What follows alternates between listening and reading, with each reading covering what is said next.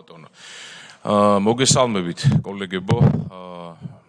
Ქორუმი არის და შესაბამისად კომიტეტის ხდომას გახსნილად ვაცხადებ. დღეს კომიტეტის ხდომის დღის წესრიგში წარმოდგენილი არის საკითხი საქართველოს პარლამენტის წევრების გიორგი გაბუნიას და დოდარ ტურძელაძის საკანონმდებლო ინიციატივა, რომელიც გულისხმობს მაუწყებლობის შესახებ საქართველოს კანონში ცვლილების შეტანის თაობაზე, ლიცენზიებისა და ნებართვების შესახებ საქართველოს კანონში ცვლილების შეტანის თაობაზე და ასევე სალიცენზიო და სანებართვო მოსაკრებლების შესახებ საქართველოს კანონში ცვლილების შეტანის თაობაზე პირველ მოსმენას. მოგახსენებთ, რომ დღეს არსებული მაუწყებლობის შესახებ საქართველოს კანონის რედაქციით, კერძოდ 37 მუხლის მეორე ნაწილის შესაბამისად გათვალისწინებულია შემდეგი შინაარსი, რომ მაუწყებლობის სფეროში ლიცენზიის მფლობელი ავტორიზებული პირი არ შეიძლება იყოს ადმინისტრაციული ორგანო გარდა უმაღლესი საგანმანათლებლო დაწესებულებისა. ჩვენი საკანონმდებლო ინიციატივის შესაბამისად კანონში დაემატება რადიო მაუწყებლობის ახალი მიმართულება, ეს არის კულტურული შემოქმედებითი რადიო მაუწყებლობა, რომელიც განიმარტება შემდეგნაირად.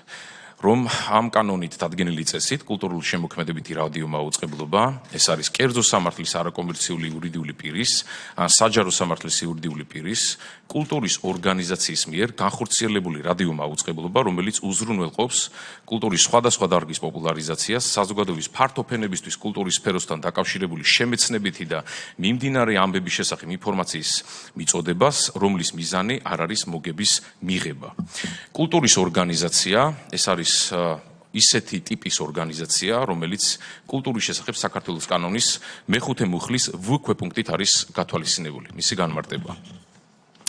ასევე ცვლილება იგეგმება ამ ასე ვთქვათ ინიციატივის ფარგლებში სალიცენზიო და სანებართვო მოსაკრებლის შესახებ საქართველოს კანონში, კერძოდ პირველი მუხლის B პრიმა პუნქტში დაემატება კულტურული შემოქმედებითი რადიო მაუწყებლობის ლიცენზიის ოდენობა განისაზღვრება 2000 ლარით და ასევე საქართველოს კანონში ლიცენზიებისა და ნებართვების შესახებ საქართველოს კანონში პირველ მუხლში 14 პრიმა მუხლში გაჩნდება კულტურული შემოქმედებითი რადიო მაუწყებლობის ლიცენზია. ეს რაც შეეხება სამართლებრივ მხარეს, მე მინდა ორიოდე სიტყვით მოგახსენოთ, თუ რატომ მივიღეთ, ასე ვთქვათ, გადაწყვეტილება, რომ დაგვეინიცირებინა ეს ცვლილება, მოგიხსენებათ, საქართველოში ძალიან ბევრი ნიჭიერი ხელოვანია. ეს არის ინდივიდუალური შემსრულებლები, საოჯახო ანსამბლები, ეთნოგრაფიული ანსამბლები, სახელმწიფო ანსამბლები, პროფესიული გუნდები, მათ შორის კლასიკური მუსიკის მიმართულებით ძალიან ბევრი ნიჭიერი და გამორჩეული ხელოვანი, რომელთაც სჭირდებათ მუდმივი არენა, პლატფორმა, რისი საშუალებითაც ისინი შეძლებენ, რომ გააცნონ საკუთარი შემოქმედება ფართო საზოგადოებას.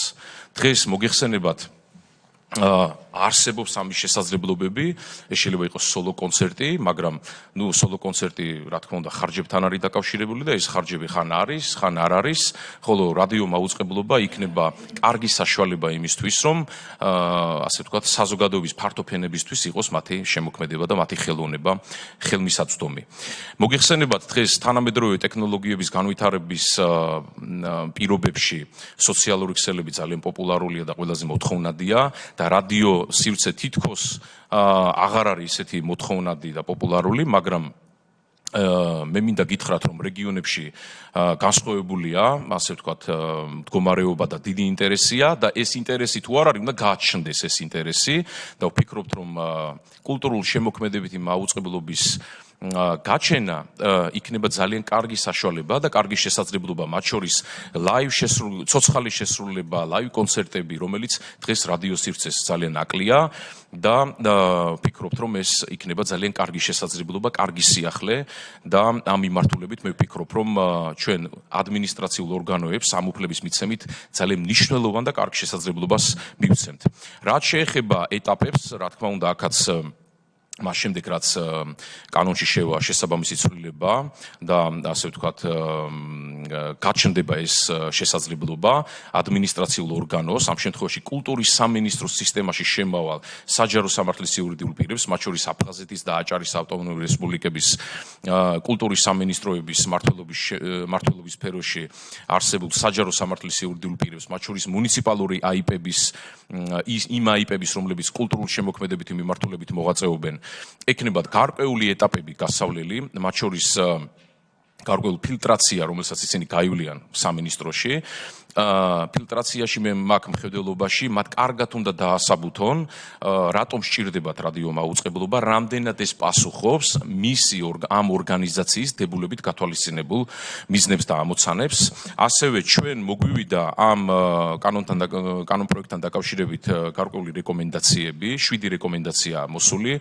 ამ 7 რეკომენდაციიდან ჩვენ 5-ს ვითვალისწინებთ და მათ შორის ერთ-ერთი არის, რომ კომუნიკაციების მარეგულირებელმა კომისიამ საჯარო, ასე ვთქვათ, კონსულტაციის პირობებში ითხოვა ჩვენ 30 დღიანი ვადა ქონდა დაწესებული, ხოლო მათ ითხოვეს 6 თვიანი ვადა, რომ მიიღონ კონკრეტული აქტი, რომელიც განსაზღვრავს რეგლამენტს ადმინისტრაციულმა ორგანომ, რა პირობები უნდა დააკმაყოფილოს იმისთვის, რომ მან მიიღოს რადიო მაუწყებლობის უფლება. შესაბამისად, ეს არის, ასე ვთქვათ, ჩვენი პირველი ინიციატივა. მე მინდა ჩემს კოლეგას ბატონ ნოდარ ტურძელაძეს მადლობა გადაუხადო ამ პროექტის თანაავტორობისთვის. ეს არის ძირითადი პრინციპები და ძირითადი მიზნები, რაზეც მე საუბრობდი და რაზეც მოგახსენეთ ამ კანონთან დაკავშირებით და თუ დაუშვათ გააქვთ კონკრეტული კითხვა ან მოსაზრება, მე მზად ვარ, რომ ასე ვთქვათ, მოვისმინოთ ჩვენ ეს მოსაზრება. მოგესალმებით. ესე კითხვა არ მაქვს, უბრალოდ მივესალმები ამ ინიციატივას თავიდან ბოლომდე, როგორც რაღაცა ხელოვნების და მუსიკალური საზოგადოების ერთ-ერთი წარმომადგენელი, მეც გახლავარ და ძალიან მიხარია, რომ ჩვენს კომიტეტში მრავლად ვართ, ესე ვთქვათ, და აი ეს ინიციატივა ჩემთვის ძალიან მნიშვნელოვანია. ხელოვანი ადამიანებისთვის, იმიტომ რომ გარდა შეიძლება, როგორც თქვენ ახსენეთ, რომ ესე რადიოს თანამედროვე სამყაროში ესე შეიძლება ესეთი აქტუალური არ იყოს, მაგრამ ეს ძალიან მნიშვნელოვანი მესიჯია თვითონ ხელოვანებისთვის, რომ მათ იგრძნო, რომ მათი შემოქმედება სახელმწიფოსგან, ესე ვთქვათ, ძალიან მნიშვნელოვანია და ყურადღებიან და ეს შეიძლება. კი. გარდა ამისა, ეს იქნება სხვა ინიციატივების რაღაცა ინსპირაცია, ესე ვთქვათ, ეს რადიო და სხვა საინტერესო იდეების რაღაცა ესე გენერატორებით, ესე ვთქვათ რა, იმიტომ რაღაცა არსებობს ის იდეა, თითქოს აი მაგალითად სკოლებში დასვენებების დროს, აი სიტუაციაზე ვამბობ, ჩვენმა მოსწავლეებმა ქართული სიმღერით რაღაცა გაატარონ ის 5 თუ 10 წუთი და სხვათა შორის აი ეს თანამშრომლობა და ეს რაღაცა იდეა რაღაცნაირად შეიძლება მივაბათ აი ამ რადიოებს და იქნება ძალიან საინტერესო. აი სხვათა შორის აი შეიძლება ვითანამშრომლოთ ამ კუთხით შემდეგ აი ეს ინიციატივა და ეს რაღაცა ცვლილება შესაძლებლობას მიცემს სხვა და რაღაცა ესეთ საინტერესო იდეების განხორციელებას და რა ვიცი, აი მე მივესალმები და მადლობა ბატონ ნოდას და ბატონ გიორგი, თქვენ მადლობა ამ საინტერესო ინიციატივისთვის. დიდი მადლობა.